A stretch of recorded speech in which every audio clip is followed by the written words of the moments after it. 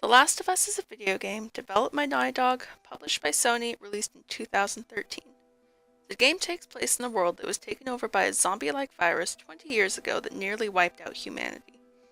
We follow the story of Joel, a battle-hardened survivor tasked with escorting a young girl, Ellie, across the country.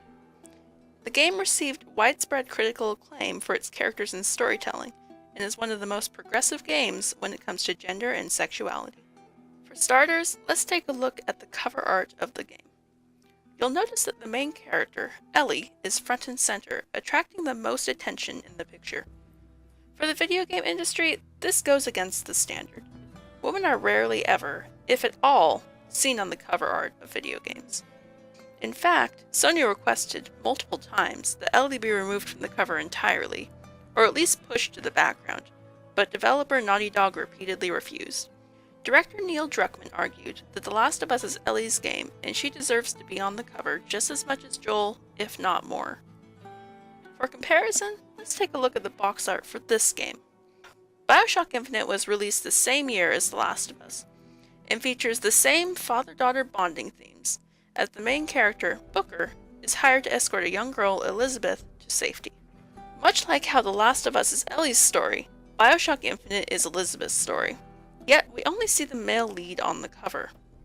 BioShock director Ken Levine states that this was done intentionally, to sell more copies of his game. Simply put, he expresses that having a girl on the cover would turn away potential buyers. But, they say you can't judge a book by its cover, so let's dive inside The Last of Us to see where it truly shines. The game has a cast of only 11 named and recurring characters. Of those 11 characters, 5 of them are female. That's just about half. The female characters are never treated as being anything but equal to the male characters.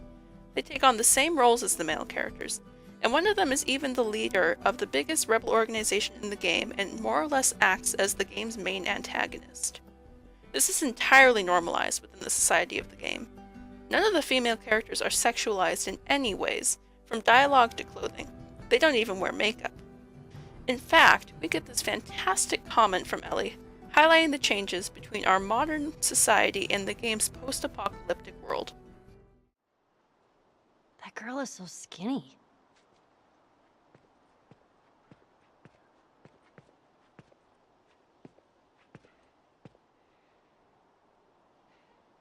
I thought you had plenty of food in your time. Oh, we did. Some just chose not to eat it. Why the hell not? For looks. That's stupid. The game is also fantastic when it comes to sexuality. Being a post-apocalyptic survival story, there's not a lot of room for romance. There are only 3 established romantic relationships in the game. 2 of these are same-sex relationships, and 1 is a same-sex interracial relationship between the main character and her best friend.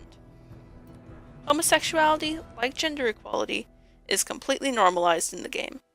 I mean, with the collapse of society, no one's around to judge. While the numbers may not seem like a lot, for the video game industry, this is huge. The Last of Us took a lot of risks, so to speak, that few other games would even dare to think about, yet the game was still widely acclaimed. To top it all off, Naughty Dog has just announced The Last of Us Part 2, featuring Ellie exclusively as the main playable character.